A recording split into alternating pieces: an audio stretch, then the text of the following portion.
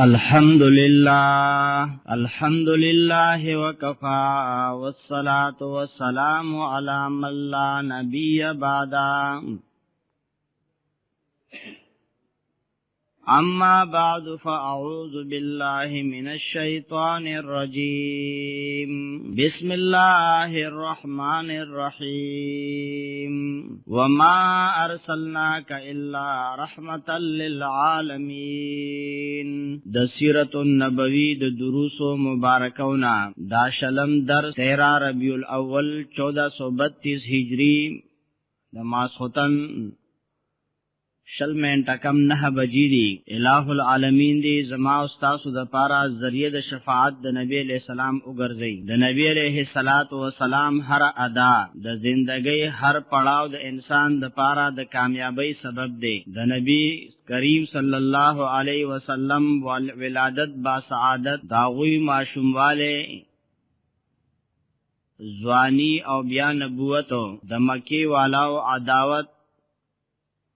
او د نبی علیہ السلام د مکینا مدینه ته رحلت بیا آلته کې د صحابه نظم و نسق او د يهودو عداوت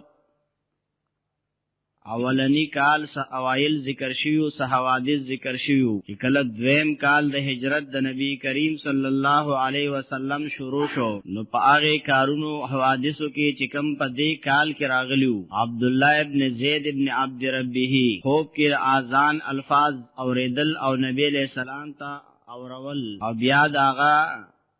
مکمل شریعت جوړیدل. په دې کې د رمضان روزه فرض کېدل. د دین مخ کې د عاشورا روزه چې کوم لسم محرم باندې نیولې کیږي هغه روزه به نیولې شو او د رمضان روزه نوې فرض شوی. نبی کریم صلی الله علیه وسلم چې مدینه ته راغلو يهود به دا روزه نیولا. نبی علیہ السلام تاسو کو چې دا روزه تاسو اولی نشي پس وجه باندې نیسي. د يهود ویل دا هغه ورځ ده چې په دې ورځ باندې الله فرعون غرق کړو موسی علی السلام ته نجات ورکړو. د هغه شکرې ادا کولو د وجنا موږ دا روزه نیسو. نبی علیہ السلام فرمایل نحنو احق بالموسی منکم. موسی علیہ السلام موږ ته تاسو نه ډیر نږدې دی. هغه زما رور دی. انبیاء کرام دا ټول رونوي او د یوې عقیدې د یوې نظریه والا خلک وي. لکه مخکې د طائف په واقع کې چې کله نبی رسول سلام په ګټو وشتلو یو باغ کې پناه واغستلو غلام ورلا انګور راوړل. او غلام د نینوا علاقه و. نبی رسول سلام وی تر کم ځای وې د نینوا وی خط زما د غرور یونس ابن متا د کلی نا غلام ورتوي تاسو د یونس ابن متا څخه پتره ویل انبیا ټول رونوي. نو په دې هغه بیا شروع شو د نبی رسول سلام لاسونه خپلول. ولادا سے هستی دا چې هغه خبره آسمانی وحی معجزین بل څوک نشي بیانولې. نو دلتم يهودو ته نبی علیہ السلام فرمایي چې موسی علیہ السلام مونږ ته ډیر نږدې دی او روزه نیول نبی علیہ الصلات والسلام د لسم محرم د روزي نیولو حکم کړو. خو فرق داو چې يهود لسم محرم روزه نیسي نو تاسو یا نهم او لسم او یا لسم او یو لسم روزه نیسي چې د يهود سره مشابهت را نشي داوی مخالفت کوي چې څومره درنه کې دي شي. بعض خلک دا ذکر کوي چې دا روزه د حسن د پیدایش د وجه نوا یا داغه د سواقي خدا خبره غلطه ده. زکه مدنی اولنی دور کې نبی علیہ السلام لا فاطمه رضی الله تعالی عنها په نکام نو ورکړي. حسن او حسین د کم زنرال رضی الله تعالی عنهما دا روزه مخ کې و دا غوی د وجه نه و. نو دغه روزه بیا چې کله د رمضان روزه رااله یا ایها الذین آمنوا کتب علیکم الصیام کما کتب علی الذین من قبلکم. ایمان والا او پتا سروجه فرض ده لکه څنګه چې مخکې قومونو باندې فرض وا. نو د عاشورې د ورځې د روزي هغه فرضیت ختم شو او استحباب اوسم شته چې مستحب ده دغه روزنیول. دارنګ د دویم کال په حوادثو کې د نبی علیه الصلاۃ والسلام خپل لور فاطمه الزهرا علی المرتضی ته په نکاح ورکول. دا خبره په تیر شوی درس کې بیان شوی و چې د نبی علیہ السلام درې زامن سلور نونا دا ټول اولاد دیوی بیبینو د خدیجه الکبرى نا سوا د یو بچینه چې ابراهیم هغه د ماری قبطی رضی الله تعالی عنها بچو تاغه نه پیداو. د نبی علیہ السلام سلور نونوي هغه کې زینب ابو العاص وادوا، رقیہ او ام کلثوم دا عتبہ او عتیبہ دا ابو لہب دو زامنو. او چې کله هغه په زد او عناد کې راغله هغه پرې خو دی. نبی علیہ الصلوۃ والسلام اول رقیہ عثمان غنی رضی الله تعالی عنہ ته په نکاح ورکړی و چې هغه وفات شو. نبی ام کلثوم په نکاح ورکړی را. لورم لور د نبی علیہ الصلوۃ والسلام فاطمه رضی الله تعالی عنها چې دام نبی علیہ الصلوۃ والسلام ته ډیره ګرانه و. او نبی علیہ السلام به فرمایل الفاطمه مني، فاطمه زما د بدن یو ټوکړه ده، زما د زړه یو ټوکړه ده، او څوک چې دې ته ضرر رسي نو هغه ما ته ضرر را رسي. امر الله فاطمه رضی الله تعالی عنها چې بکل رااله نبی علیہ الصلوۃ والسلام بو تصادر خور کو. د نبی علیہ الصلوۃ والسلام وسره به حد مینوا چې کله د واده وخت رسیدلی و نو علی رضی الله تعالی عنہ ته ابوبکر صدیق عمر فاروق ویتاله پکار دي چې ته په نبی علیہ السلام د دې لور تاسو کې نبی علیہ السلام سره تلې څه خبره کړې را زما په خیال کې نو چې داسې بکیږي. خدای انبیاء او شان او د انبیاء عادت او سیرت هغه سره جدا شان لري. لکه د سید ابن مسیب رحمه الله واقع کې چاوی بلا تکلف خلقو چې کله یو طالب العلم په درس کې سورز نو بچي ولې نوي وی زما خزه او پاتشوي وا پاغي مصروف ایم تا ولې زنه خبرولم ما چې ستا درس خزانه شي وی خطا واده کړي په مال سوک واده را کوي ما سره سړي په کور کې صرف تیل او سړه ډوډۍ نور سني وی ښا وی زدل در کوم خپل لور کنه هغه خندل چې کنه ډیر سره غپ لګي وی دوه کسانو ته आवाज کا په جمعات کې ناس تو یو دوه کسان راو غختل او خطبه شروع کړه ما خپل لور پلان کې دل ور کړله وی زه د هغه زین را پاسیدم او کور ترالم په ځان نه پویدم دا هغه لور وا چې حافظ قرآن وا او بادشاہ وقت د دینه د خپل زوی د پاره غختله د ویل چې بادشاہانو زمانه نشي لیدلې. هغه انسان چې هغه د علم د نبی علیہ السلام د علم داغه هغه سره واسطه او رابطه نوي ناغه دی بیا په کوړو باندې وهلو سزاګانې ورکړې وي دغه وجه نه چې د لور مال اول را نکړه نو بادشاہ له شاهزاده له نور کوي خو چې کله هغه ورته وي زګو داشان کونډې مو سشته دی نه چې څوک لور خور راکی ناغله دغه شان ورکړه وای زه چې کور تراله ما ناستو مچ راز خوب وینه ما کر اختیارا دا څومره لوی هستی لوی شخصیتو وی دیو مې لګولې واسه تیل وراغستو د زیتونو سو سړه ډوډۍ وا دې کې دروازه اٹھ کېدله وای زرالم आवाज مو کو سوق من بالباب سوق دې په دروازه کې هغه چې سعید زه سعید یم ما سوچ کا چې سعید زما کم ملګری وي د کمی محله سعید وي سیدان ډیر شي دي وای چې دروازه مې کلاو کلا سعید ابن مسیب رحمه الله هغه ولاړو تیار لګیدلې وا او پلاس کې وسره د بل یو انسان لاسو هغه نیولیو داغه انسان لاس زما په لاس کې ما تراکو وی خذ امانتک وانك رجل عذب واني كرهت ان تبيت وحده وی د خپل امانت دیواله ته کون سړی وي زبد غنم چې تر پتا زندگی دغه شانتیریږي سوچونو کې پروت نو ته د خپل امانت دی اونیسا چې څنګه داغه لاس زما لاس کې راکو هغه د حیا نه راو غورځیدله بس هغه ورنه ما سره دنه کړو پلار ته واپس شو وای ما زرا هغه سړی ډوډۍ واتیل یو طرف ته کل چاول ورځنه دا اونوي گاونډیانو ته می ګټه ویشتل هغه رالل او زما مور ته आवाज وکړو او دو اخره په درس دو رمضان کې تاسو اوري ذکر کیږي نبی علیہ السلام لچکل علی رضی اللہ تعالی عنہ راله وتا سره سدی وی د الله رسول ما سره خو سم نشتا وی زخدا ویو چور درا سره یازغر درا سره وی زورشا دا عثمان غنی اچاله ویوسا چې په دې باندې ست سازو سامان عثمان رضی اللہ تعالی عنہ لچکل راله اول خو زته ته جمعه تلال سره درزم چې دې رااله نبی علیہ السلام ورپسې رااله صحابه ناستو ډېر زیات خوشاله نبی علیہ السلام خطبه شروع کړه او ما خپل لور فاطمه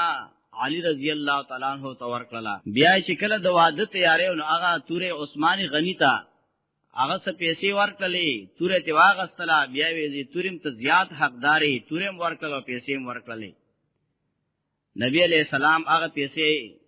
علی رضی اللہ تعالی عنہ ابوبکر صدیق دوی بازار ته اولېګل پاغو باندې سو لوټاو کاسه دغه واغستل اورالل د فاطمه رضی اللہ تعالی عنها واده وشو نبی علیہ الصلوۃ والسلام به ورته دوی په خوشحالی حالت کیو یو ورځ رااله علی رضی اللہ تعالی عنہ کور نو لور نه تاسو کې څه شو وی خپشه دې بار تلې چراله علی رضی اللہ تعالی عنہ په خاورو کې داسې ملاست ډړې لګولې و یقوم یا ابا تراب پاسا د خاورو سره لازمه ابو تراب د هغه ټیم نه نبی علیہ الصلوۃ والسلام علی رضی اللہ تعالی عنہ ته یقوم یا ابا تراب او خاورې د خپل لا سندلې او راي واست کوړتا لور ته وید خپکوامو جنگ جګړه مکوي لږ وخت پس بیا را لې دوی دواړو خندل خوشاله نبی علیہ السلام ما په خپل صلح کې نشری کوي لکه څنګه چې جنگ کې نشری کړو ما رابلې دوی په میاس کې بکیناستو ډېر زیات امینه و د دې لور سره او چې کله نبی علیہ الصلات والسلام په هغه مرض هغه بیماری چاړي کې بیا د دنیا نه رحلت کړو فاطمه رضی الله تعالی عنها ځان تر نږدې کړلا او په وخت کې یو خبر او تو کړلا ډېر اوجړل بیا وته ایرانی دیشا بیا وته خبرو کلا دا په خندا شو چې کله نبی علیہ السلام نه را پاسې دا عائشہ صدیقہ ته تپوس کوي وتا تا جناب محمد رسول الله صلی الله علیه وسلم سو ویل وچرم داسې نشي کېږي چې پلار راز چې انسان ته په وخت کې خبره کوي دا راز دی دا نشم ویلې وای چې سو پورې نبی علیہ السلام ژوند دیو اما نو ویلې خبره چې کله نبی علیہ السلام وفات شو بیا ما ته قسم راکړ چې زستا موریم او پاغه داغه لحاظ وکړه خبره ما ته وکړه ای نبی علیہ الصلات والسلام په اول ظلماته چلوري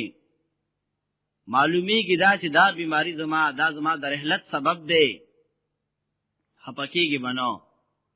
نو چې دا خبره ما واردل ازلم ډک شو می جړل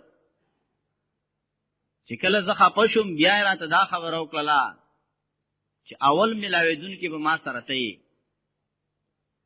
او نه پدې باندې زه خوشاله شوم دا غراس خبر وا نبی علیہ الصلات والسلام د دې چې کم بچو حسن حسین ار سحر هغه دمول اعوذکما بکلمات الله التامه من كل شیطان وهامه ومن كل عین لامه نبی علیہ السلام به مستولاړو دی بکل را لوګی ته بورو قتل کله با دغه شان لوبي کولی عرب د دې اوسم ماشومان وسره کسته خيجو کارته تخيجي هغه داسې نه چې ماشوم له سپېړ ور کې لسر کونډې پیواړي دلته خو ماشوم به یو خبره کړي یا بنې کړي مشر داغه نه زیاتې چیغې شروع کی نبی علیہ السلام په وګ باندې بناسو چې کله به پاسیدنه به کوس کو بیا سجدي لاله خدا سے به وهل ټکول نو د نبی علیہ السلام تربیت او تعلیم هغه جداو باندچی رااله د جماعت په یو طرف کې اودره دو په ولاړې واړو بول شروع کړل صحابه مه مه مه ولاسونو له داسې اشاره کولې نبی رسول سلام ویلا تزرموه دته تاسو می منع کوي پرې چې دی واړو بولو کې جماعت کې چې خو واړو بولو کړل او ځان فارغ کړ نبی رسول سلام د صحابي بیا خپل باندې چې واقع بیانې په والله ما ضربني وما رحقني الله مې قسمی نه وهلم نه تکولم خماته ان هذه المساجد لم تبنى لهذا دا الله کور دی دا دې د پاره نه دی جوړ شوی دا الله د عزت او د عظمت زیره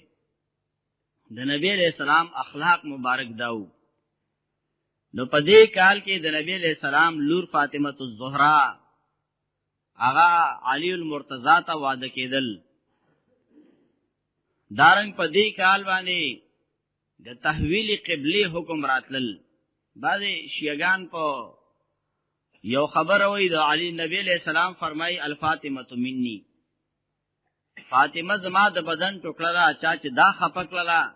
هغه انسان زه خپکړه ما چې کله نبی علیہ السلام وفات شو او ابوبکر صدیق هغه ته خلافت امارت ملاو شو نو خیبر باغ فدق لولوی زمکه باغونه داغه مطالبه فاطمه رضی الله تعالی عنها او کړه چې دا زما د پلار میراث دی دا ما تراکا نبی علیہ السلام وی ابوبکر صدیق وې د ځان نه یو حدیث جوړ کو نحن معاشر الانبیاء لا نورثو ما ترکناه صدقه منګ د انبیاء ټولګه منګ نسوب میراث نشي وړي کم شی چې پاتې شي هغه امت ته صدقه ده د ټول امت شریک دی بیا وی فاطمه رضی الله تعالی عنها واپس شولا خپش شولا او فما تکلمت حتا ماتت تر مرګ پوری وسره بیا خبرې نه دی کړي نو یو ګور فاطمه خپکړی را او نبی علیہ السلام فرمایي چې فاطمه خپکړه هغه زه خپکړم نو ابوبکر صدیق هغه نبی علیہ السلام خپکړی دا خبر شیعاګان ظلم کوي زیاته کوي بلکې د علی رضی الله تعالی عنہ خبره دوی په خپل نه مني کچرته کې دا خبره وي ناغه د ابوبکر صدیق سره تر اخره پورې بیا بیعت ولې پاغه باندې قائم ولیو هغه د شریعت یو خلاف کا نو صحابه و سره په هغه امارت خلافت کې اتحاد باندې ټینګ ولیو اصل کې دا حدیث هغه د ځان نه جوړ کړي دا صحیح حدیث دی نبی علیہ الصلوۃ والسلام فرمایي چې د ټول انبیاء ټولګه د اغوی میراث هغه د ټول امت د پاره د ټول قوم د پاره او فاطمه رضی الله تعالی عنها چې سره خبرې نه دی کړي نو دې باغ فدق په باره کې بیان دی کړي نیلوی رحمه الله زما استاد محترم د سرګودي هغه دا توجیه بیانول چې فما تکلمت حتا ماتت معنی د دې باغ فدق په باره کې اوسره بیا خبرې نه وکړي ځکه چې حدیث واوریدو نو داغې نه پس بیا مطالبان نه کړي بل امر په دې کال چې راغله او تحویل قبله نبی علیہ الصلوۃ والسلام چې کله مدینه ته لاړې تقریبا 14 میاشتې نبی علیہ السلام بیت المقدس طرف ته موس کړو او دای وتفتوا چې او پیری بعد الله حکم راضی چې د بیت الله ته مخکا بعض روایتو کې راضی جبرئیل امین ته وایي فرمایي چې زه خو قوم چې بیت الله طرف ته زمخ کما او دې طرف ته وګرځم جبرئیل امین ورته انما انا عبد زه خدای الله یو بنده يم خپل رب نه سوال کوا بعض مفسرین هغه دالی کی چې کله د الله د طرف نه دا اخبار او چې تبه یو پیری بیت الله ته مخکي او نبی علیہ السلام په دغه دور کې بیت المقدس ته موسکاو یهود هغه سره سم مطمئنو دی سره نبی علیہ الصلوۃ والسلام سره دا غمو کچرته د الله حکم راشي چې تر بیت المقدس نه بیت الله ته مخ واړوا نو يهود هغه به اعتراضونه لا سیوا کی شروع وکي او پریشانی بډې رشي نو الہ العالمین دا آیاتونه نازل کړل قد نرى تقلب وجهك في السماء فلنولینک قبلة ترضاها فولی وجهک شطر المسجد الحرام قد نرى تقلب وجهک فی السماء. د دې دو تفسیر بیانې، یو عام مفسرین بیانې تاقی سرا وینو منگا بار بار نظر گرزول ستا برا اسمان تا چی کلب دا حکم رازی چی ماتا اللہ حکم کی چی بیت اللہ تا مخ کا فلنولینکا قبلتن ترضاها نخامخا او بگرزون تا دا سی قبلی تا چی تب خوخی. زمنگ مشایخ اغوی دو بعض مفسرین دا قول غور کرده دے چې دلته کې فلنولینکا تقلب وجه کنا مراد دار پریشانی د مخ. قد نرى تقلب وجهک فی السماء تاقی سرا وینو منگا پریشانی د مخستا برا اسمان کې. چیرې د الله حکم راشي يهود به اعتراضونه کوي، ناغه حکم را لې فلنولینکا قبلة ترضاها زردا چوب گرزو تا داسی قبلی تا چا اندو وقت کې به خوخی. وس خو بخلق اعتراضونه کوي چې دا ولی مخواړو ولی او ګرځې دو،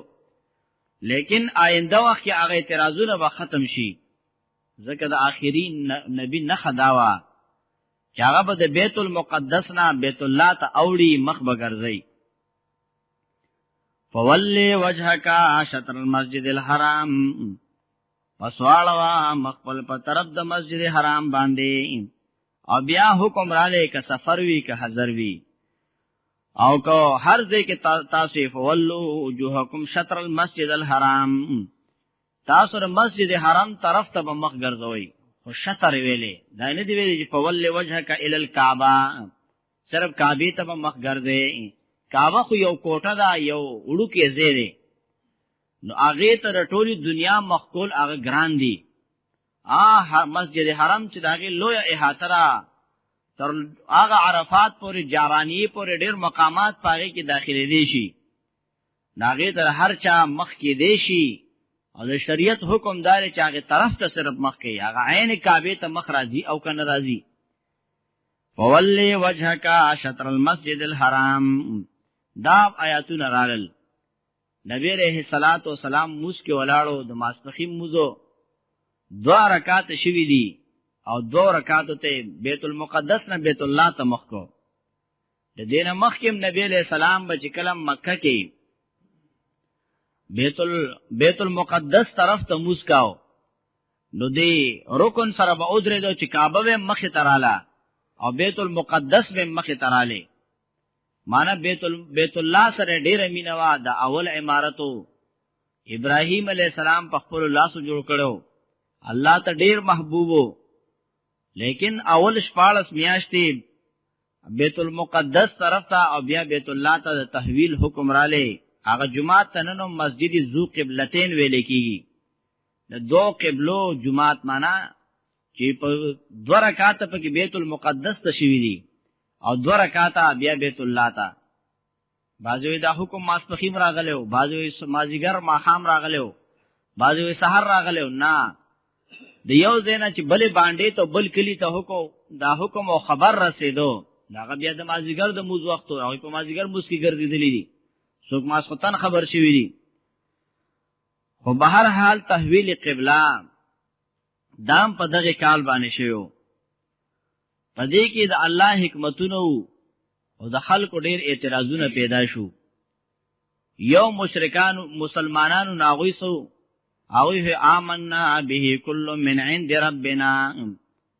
زمون ایمان دې دا هر څه زمون د رب د طرف نه دي. او لله المشرق والمغرب، الله لپاره مشرق او مغرب دې. موږ د الله بندگان د الله غلامان یو. سوکو د بیت الله بندوي یا د بیت المقدس بندوي ناغه داغي بندگی کوي. موږ د الله بندگان یو. ایو بادشاہ سره چرته کې خپل خانسامه تلو،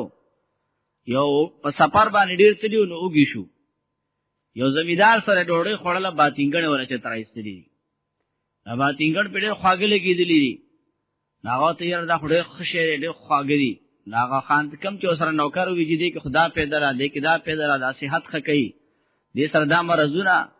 لکه یو حدیث جوړ کړل باذنجان شفاء من کل داء، باذنجان د هر مرض علاج دی. حالانکه په باذنجان کې هیڅ علاج نشته دی. ته تبي والا یا د صفرا مرض والے اخري نو بزر تر قبرستان رسوي. هغه ګرم شی دی او میدان خرابوي، جګرم لمتاو ور کوي. خو به هر حال په باچا خوب لګیدل نو کرم دا ډېر خشه دی دې کې دا فدرا د کې دا فدرا بل پیر چرته ځان په زور مل مکړې لري چې راکې دې شغه خوان پکې بیاي اخو موړو ستړم نو خوان دی ورنکو چې کله سره وږي هر څه په خلګي دی باجوړ کې یو خان په شت خان دی وته وایو ناغه چرته به راوته د دوربین کې خپل زمیدار ته لری قتل نو چې قتلې دي نو یو زمیدار دی په پوله باندې یو په یو طرف تاړولې بل په بل طرف تاړولې او دا لوی شوړې وایو صفاجيبات د چملو ګټور پسې کوي دیو ته ډېر په سود کتري ځکه دا غریبانو خو خوراکم الله په اکثر بند کړی نو بل راځي ته کور ته سوال جواب لګل چې دله په ډوړې نه لګي او کور کې سوال جواب کړي خپل کور کې چې چرخ مزیدار سور کوي او یو زمیدار دی غلمه ډوړې کړي چې غرمشه دې بیا ګوري ولاره تا وړو پسې ډوړې رانه وړله 12 یو بجې شولا سورشه چې کله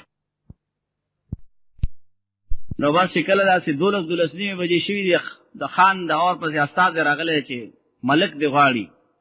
یاره بس ملک براته سوې خو په کوټه کې درې مباسي بمې په سبا خپشوي حضرستل را روان دی غریبو چې راغلی دی خان وتوي ملک چې ډېر پار مې راغوختي چې تعالی ما ډوړې کړې ده ډوړې بخوري خو چې پرون دې سم خوراک کړه کسه به خوري اچرګه وته خیره دی اصول وړي باچا تم کو مالک تم ګوري وړي هم کوي یاره تو خواغه سي خوراک نه کوي ملک صاحب که په ما خوري ته پټی ته رولېګا ته بیا تماشا وکا دلته کې نه خورلې کیږي داغه چرته کې ځان په زور اوګه کړو دی بادشاہ دوباره تلې دی اوګه نو راشه خوان کې دي شي بیا پکې نو چې کله باتینګن ولا پکړی هغه خورلې نو صفان دې نه دی ور کړی ویره دا باتینګن خصو خوان درانه کوي چې دا ډېر بیکاره شی دی دا صفرا پیدا کوي سودا زیاتې جګر خرابوي او دا شکل هم زب بدرنګ غونډي هغه زمیدار ته شرمېږي نه ابل پیر دغه باتینګنو تای صفاتونه کول ا دې پیرو شکم نه تیسی او غیبتونه بیانې انوکر ته خپکی غم زمیدارا زستار باتینګنو نوکر نیم زره بادشاہ د خپل نوکر يم چې بادشاہ وي باتینګن خدي نو زه فضایل ذکر کوم او چې بادشاہ وي چې دا بد دي نو زه خامخا غیبتونه نو موږ د بادشاہ د خپل نوکران یو د کعبه او د بیت المقدس بندگان نه یو موږ بندگان د الله یو په مخ کې دور کې یو مناظره رااله یو هندو په مسلمانانو دا اعتراض وکړو وی چې تاسو دا وایي موږ تاسو قبرونو ته سجدي کوي بوتانو ته سجدي کوي تاسو چې بیت الله ته سجده کوي نو تاسو د بیت الله بندگان یې د غیر الله بندگی کوي موږ د بوتانو بندگی کوو موږ مشرکان شو تاسو مسلمانان یې هغه مسلمان ورته په جواب کوي چې موږ د بیت الله بندگی نه کوو کله بیت الله بندگی زموږ مقصد وي د بیت الله نه خسته کوټې دلته موجود یو کوټه به د خاورو یا د غټو چا جوړه کړې وي او د هغه طوافونه به هم کولې او د هغه بندگی به هم کولې حالانکه په دنیا کې چرته انداز نشته چې چا ځان له کوټه جوړه کړی او د هغه بندگی کوي چې کوي نه کافر دی لکه نن سبا بریلیانو دا شروع کړی دي بریلیانو ځان خپل کعبه جوړه کړی دا او د هغه طوافونه کې دلته ځان له حجونه شروع کړی دي نو کدی مشرکان د هغه اندوانو پشان خدغه بریلیان دي صحیح مسلمانان هغه د بیت الله بندگی نه کوي نو کده کوټه بندگی وي نو موږ بدلته ځان له جوړه کړی وي خدا د هغه رب الکعبه بندگی را چې هغه دا حکم کړی چې کعبه ته مخ کوي د الله رب العزت حکم اول بیت المقدس ته مخ کوي موږ هغه ته مخ کاو چې کله حکم را لې چې بیت الله ته مخ کوي نو بیت الله ته موږ مخ کو ولله المشرق والمغرب فاینما تولوا فثم وجه الله خاص الله لرا طرف دو مشرق او د مغرب دی کم طرف ته چې تاسو مخ کوي فثم وجه الله طرف ته راز د الله ذات د الله رضا چې الله کم طرف ته حکم کوي هغه طرف ته مخ واړوي نو دی حکم سره یو مسلمانان اوی وی آمنا به کل من عند ربنا زمون په ایمان دی پدې کې څه شک شوبه نشته لري دوی مړل مشرکانو دا اعتراض شروع کو چې څنګه زمونږه مکی ته بیا کعبه ته راوګرځیدو شاید دا محمد او د ملګری دی زمونږ هغه زوړ دین ته بیا راګرځي ادار 300 شپېتو بندې الہانو د بوتانو بندگی و بیا شروع کړي وګوره بیت المقدس نے بیت الله ته مخ کو دا دین بم د خپل پریدي زمونږ دین ته بیا راځي يهود شروع شو ما واللهم عن قبلتهم التي كانوا عليها د دې قبله نسی شواړو اوس پر بیت المقدس ته مخ او سی بیت الله ته مخ کده دې سړی بلکار نشته سوا د دینه چې موږ مخالفت وکي چې کم ټکی کې زموږ مخالفت وي موږ په خپکیږو دی هغه کار کوي منافقانو اعتراضونه شروع کړل وکاولنې قبله حق وا هغه پرې خدلا نو هغه حق د نه پاتې شو او کاولنې قبله باطل ونه دی اوس پورې په باطل باندې روانو خو بهر حال دا په غلطه دی الله رب العزت داغه جوابونه راولېګل چې دا د ابراهیم علی السلام په لاس جوړ شوی دا د آدم علی السلام د وخت نه عزت ورکړې شوی ته الله په حکم خودلې شوی اول بیت په مقدس مکه باندې د پاره د الله رب العزت د رضامندیا د پاره وځ شوی هغه دغه بیت الله او دا زما خوخوا د اخیری نبی دا نه خوا چې دې بیت الله ته مخ کوي نو دې د پاره ورته مخ کاله الله یکون للناس علیهم حجه چې په دې مسلمانانو سه حجت او دلیل پاتې نشي ها باطل پرست داغه د اعتراضونه هیڅ څوک نه خلاصيږي دارنګ نبی علیہ الصلات والسلام د خصایصنا او د هغه مدنی دور نه د صحابه سره بیعتونه نبی علیہ الصلات والسلام د صحابه نه وکله بیعت او جهاد فی سبیل الله اغستو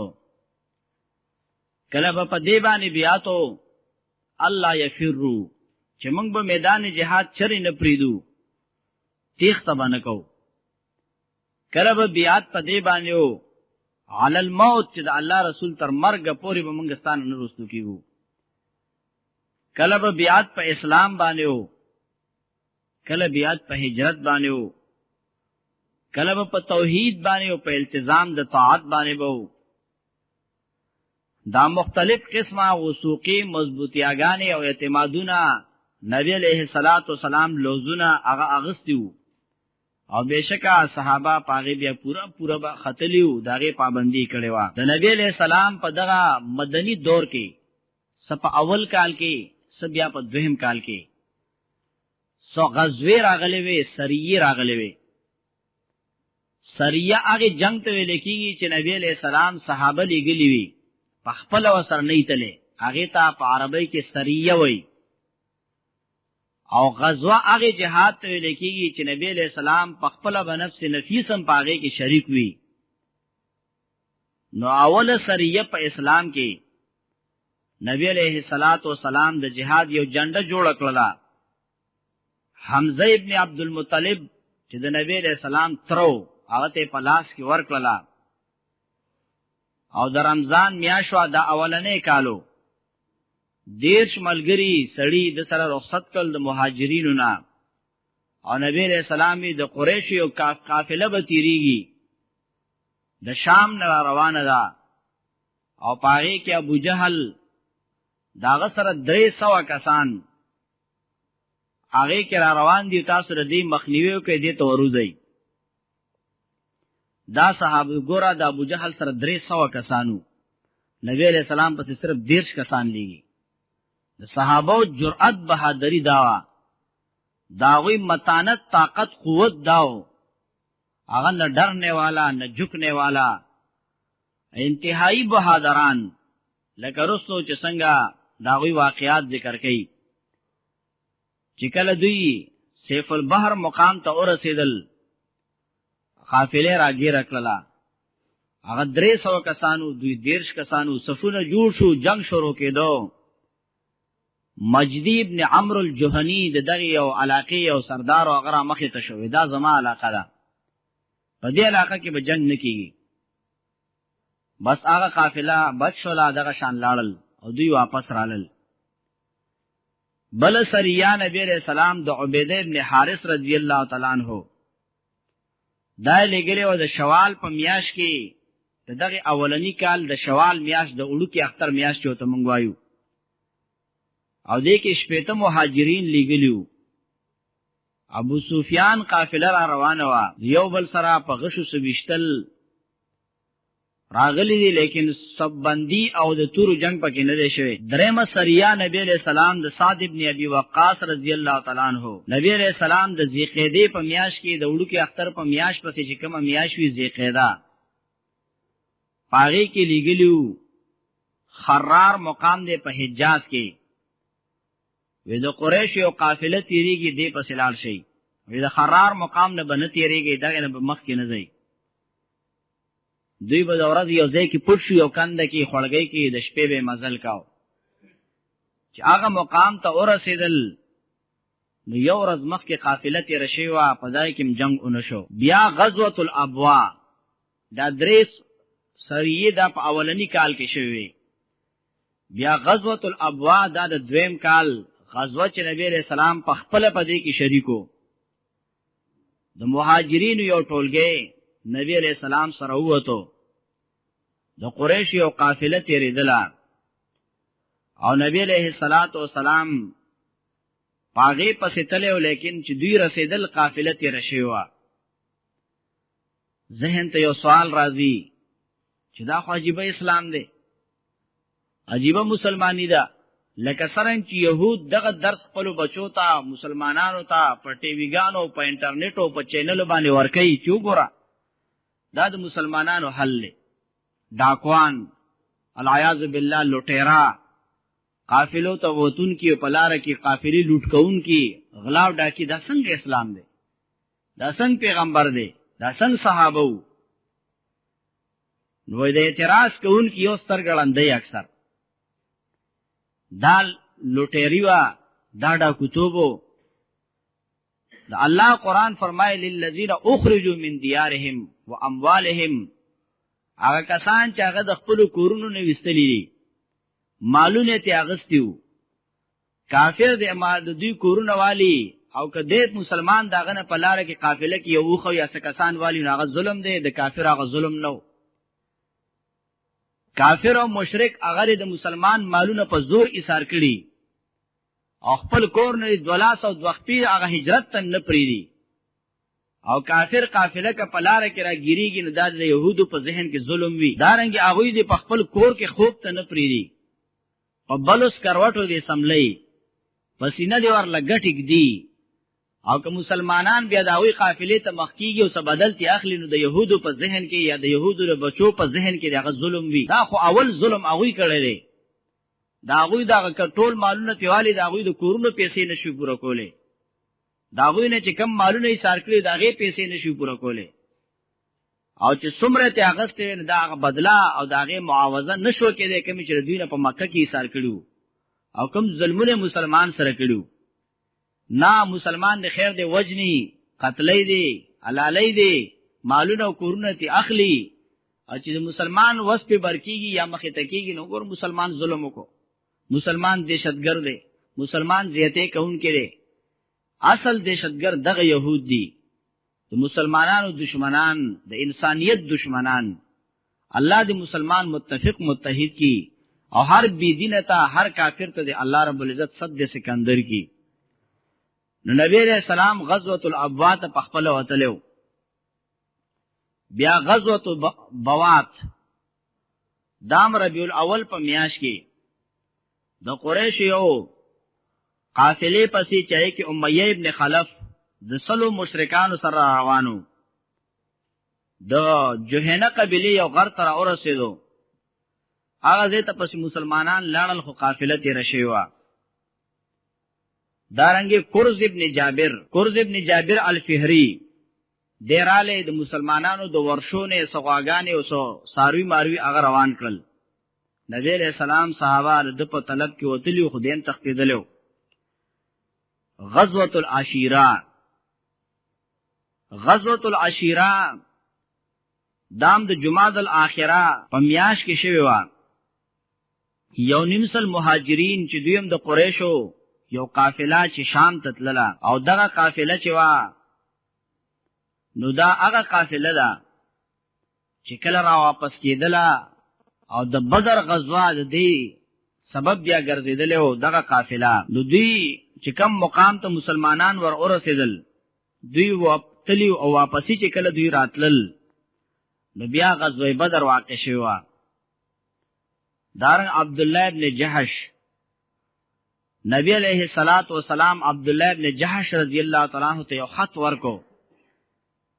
ودا خط به تر هغه پورې نه کولاوي چې 2 ورځې سفر ته نه کړي. 2 ورځې سفر چې اوکې نو دا خط به کولاو کې چې دې کې ما تا تسلی کلی بس پاغه باندې به عمل کې. عبد الله ابن جحش رضی الله تعالی عنہ 12 ملګریو یا 8 ملګریو دوی روانو چې کلا یو مقام ته ورسېدل 2 ورځې سفر دوی وکړو. خط کولاو کو د نبی علیہ الصلات والسلام خط مبارک پاغي کې لیکلیو اذا نظرت فی کتابی هذا کله چې ته زما دا خط کولاو کې دې ته وګوري نو فمز حتا تنزل بنخلا بین مکه او طائف نو نخله تلار شه د مکی او طائف په میس کې او د قریشو قافله هغه ته مورچه ونیسا او داغه خبرونه راوړه او چې کم ملګری تاسو سره نزي نو زور به بچا نه کې. د چې دا خط دور دې پس کولاو کو ملګرو ته واورو چې ماته خو نبی له سلام دالی کلی دي نو پخپل و سمعا و طاعتا ز بالکل په سر سترګو تیاریم ملګرو ته تاسو خو خره که تاسو ما سره زئی او کنه زئی هغه موږ سمعا و طاعتا موږ تیاریو. دا 8 کسانو یا 12 کسانو دوی روان شو. پلاره کې 2 صحابه سعد ابن ابي وقاص او عتبه ابن غزوان د دوی چې کوم اوخه هغه ته روک شو. دوی هغه پسې ګرځیدل دشت بیابانونه په دشت بیابان کې چې څومره ګرځي تحقیق کین لا سړی ورکیږي او دې کې چې قتل د شپږ صحابه پاتې دي هغه قافله رااله چې کم پسې دوی نبی عليه الصلاه والسلام لګلیو. هغه قافله په 200 اوخانو بارکړو مشتمله وا. داغه سره خپل سړیو کو چوانانو سایقان هغه سره موجودو. د شپږو کسانو چې هغه 200 اوخانو قافلې باندې حمله وکړه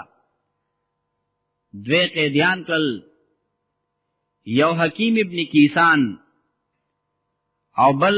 عثمان ابن عبد الله او نوفل ابن عبد الله. خدا نوفل بیا او تختیدنو دا 2 قیدیان یو عثمان ابن عبد الله او حکیم ابن کیسان دوی راوستل او 200 اوخان بارکړي مدینه ته راوستل. خو یو غلطی شوی وا اجتهادي غلطی وا چې کله دوی قافله سره مخ کېدل دغه ورځ د رجب آخري ورځ وا د شعبان لا نو شروع شوه. رمضان نه یو میاشت مخ کی هغه ته شعبان میاشوي هغه نه مخ کی چې موږ تر شو قدر میاشو توي که سو توي پدې دغه کې نو دغه د رجب میاشت د ګوره په شریعت کې سلور میاشت دي چې هغه ته د عزت میاشت وي. د هغه عزت په کافرم کا او مسلمانانم کوي. هغه ذل حجہ ذی قعده ذل حجہ محرم دا 3 میاشتې پر لپسې دي. یو میاشت د رجب ده د وړوکی اختر میاشت پسې چې کوم میاشت د ذی قعده بیا د لوی اختر میاشت بیا چې موږ تر حسنین میاشت وایو دا 3 میاشتې پر لپسې په دې کې به د دشمن په کور ورالې هغه به تا تغ نه کاو د سر قاتل سره به ملاو شوي کافر ولی نو خواغي بم ته چا لاس نو چتاو. او یو د رجب میاشت کم د شعبان د میاشت نه مخ کې راځي نو د رجب آخري ورځ دا د عزت میاشت په دې کې په کافر لاسو چتول نو په دشمن نو په دوست نو. دوی سوچ وکړو چې را کې دې شي دا د شعبان ورځ شروع شوه د اوله ورځ ده هغه د رجب اول ورځ. بعض روایت او تاریخ دا ذکر کوي چې دوی موږ نبی علیہ السلام را لګلی چې د قافلې پسې لاړ شي. دا د رجب آخري ورځ ده، نو که دې ورځ کې موږ جنگ کوو نو هم ناروا ده، او که سبا ته پرېږدو دوی حرم ته دننه کېږي، حرم کې جنگ ناروا دی. په دې شش و پنج کې وو، په دې سوچ فکر کې وو، بس توکل یو کو شروع یې په وکړه. یو پکې هوا جو عمرو ابن الحضرمی، دا اولنې مقتولو چې اسلام کې دی وجل شي عمرو ابن الحضرمی په دغه غزوه کې، او دوی قیدیان راوستل، 200 خان راوستل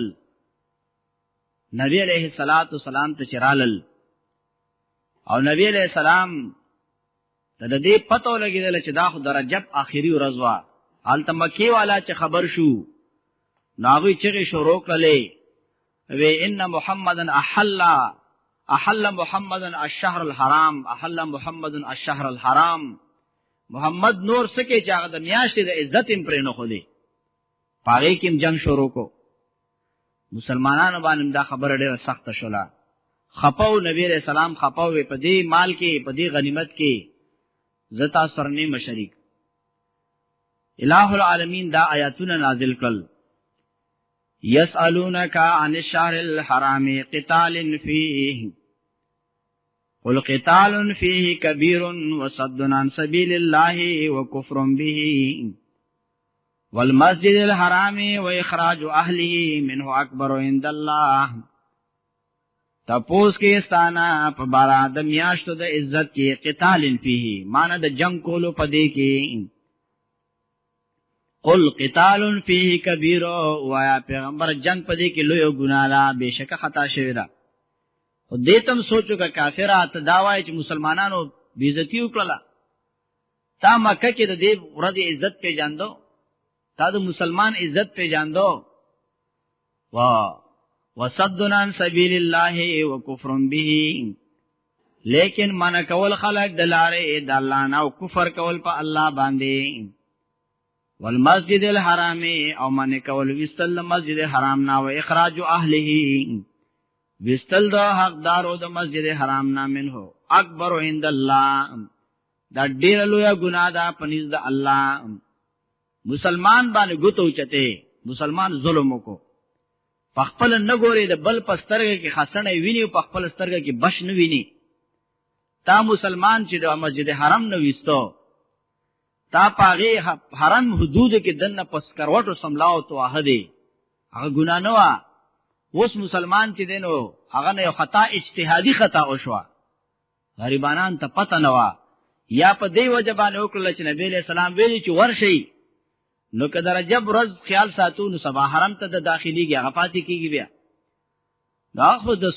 قصدن نه وي، اجتهادي غلطي شوی ده. بهشکه جنگ په دې کې ګناه ده، لوی ګناه چې قصدن سوکو کی، او تاسو خو ډیر لوی نه لوی ګناه کې تاسو په خپل مبتلا یې، تاسو د اعتراض حق دی. بیا د مکه هغه کسان چرالل نبی علیہ الصلوۃ والسلام به بهشکه په دې کې زدوی سره متفق نه يم چې د رجب په ورځ دی، رجب په میاش کې د جنگ وشي، دا دوی نه خطا شوی دا. زما معذرت غواړم، او چې ودا کسان قیدیان مونږ ترا پریدا. نبی علیہ السلام به زمونږ 2 کسان ورک دي، هغه صحابه کو واپس شو، یو سعد ابن ابي وقاص، بل عتبہ ابن غزوان، شاید چې هغه د قریش چا نیولی هغه قتل کی. نبی استاسو قیدیان مونږ نه پریدو، او کاغرالل نو استاسو قیدیان به واپس کم. دوی دا خبره کولی، ټیم نو تیر شوی، هغه صحابه را رسیدل. نبی علیہ السلام هغه کافر او خپل ملګری حکیم ابن کیسان او دارنګي عثمان ابن عبد الله دې ته تاسو ځای. حکیم ابن کیسان ودا الله رسول بما چې تاسو اخلاق او تا عبادت او تا دا چې ما اولیدل زخ خپل کلی ته نظم زخم چې اشهد الله اله الا الله وان محمد رسول الله، هغه پاتې شو په اسلام قبول کو. او بل عثمان ابن عبد الله لاړې سلګي ورځې پس مکه کې د کفر په حالت کې مړ شو. داو دغه قافله چې کله شام ته تللا، مسلمانان سو صحابه او تلاري تراوتیو، واپسی کې چې کله دغه قافله راتللا، نو دغه راتلل سبب د غزوه الکبرى جوړ شویو. د غزوة الکبرى داسیو عجیبه معرکه عجیبه واقعه وا چې دا د اسلام او د کفر په میس کې یو حد فاصلو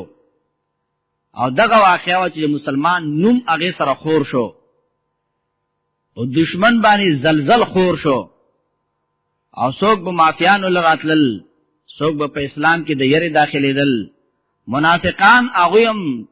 د خپل منافقت او کفر پټولو د پاره بیا راتلل ابتدا د دې داسې وا یو په مکه کې د عباس خور د عبد المطلب لور د نبی علیہ السلام ترور عاتکہ بنت عبد المطلب عاتکہ بنت عبد المطلب هغه خوب ولیدو خوب عباس ته بیان کړی دی عباس هم لا دغه ټیم کې مکه کې او حالت د کفر کې ورور خوب وینما یو سړی راشي حرم کې ودرېدو او هغه आवाज وکي یا اهل الغدر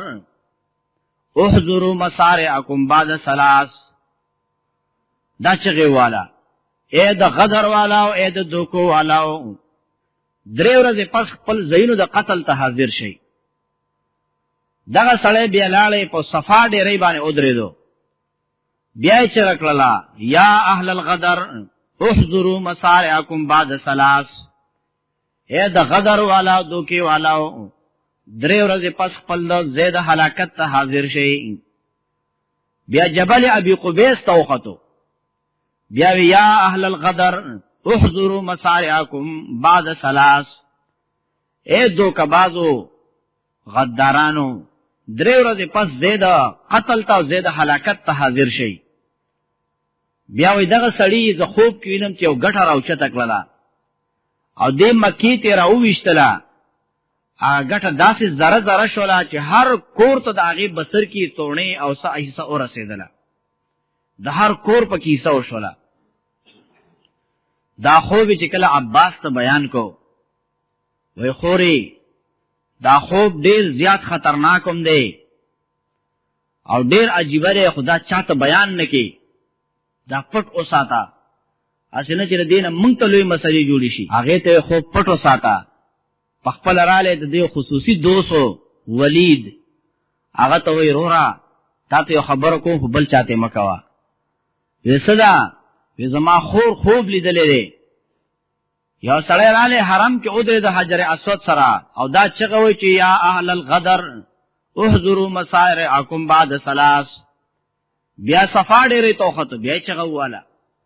بیا جبل ابي قبيس توخته بیا چغواله بیا یو ګټه مکه تر او وشتلا چې داغه بسر کی تونې هر کور ته رسیدلې دي وې ته چاته دا وایم عجیب ده چې یو انسان خپل راز په خپل سینه کې نشي ټینګولې نو بل ته څنګه وایي چې ته بل تاول نو خپل خبره ته خپل اول نه ټینګول ځان سره اسر اذا جاول الاثنين فقد فاشا چې کله دا راز د دوه بل ته واولېدو هغه ټول دنیا واورېدو دغه خبره وا د خو ولید ته بل چاته مکوا د طواف کوي دارالندو کې خلک جمع شو د هر چا په خپل باندې دا خبره را چې دا خوب لیدل شوی دا څه چل شوی دی نو دې چې کله طواف نه فارغ شو د پسې کسو لګو چې ته فورن دلته کې حاضر شې تاسو سره خبره ده بهرحال لا خبره لګو ددا ان شاء الله تعالی کو جن وفاق الله بیا به بیان کو اقول قولی هذا استغفر الله لي ولكم ولسائر المؤمنين